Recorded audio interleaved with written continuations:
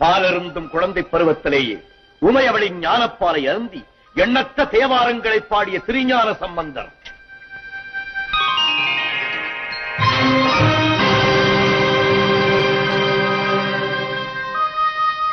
கல்லோடு சேர்த்து கட்டி கடலிலே தள்ளினாலும் அங்கும் நமக்கு நல்ல துணையாயிருப்பவன் நமச்சிவாயன் என்று பாடி நாவுக்கே அரசர் என்று புகழ்பெற்ற திருநாவுக்கரசர்.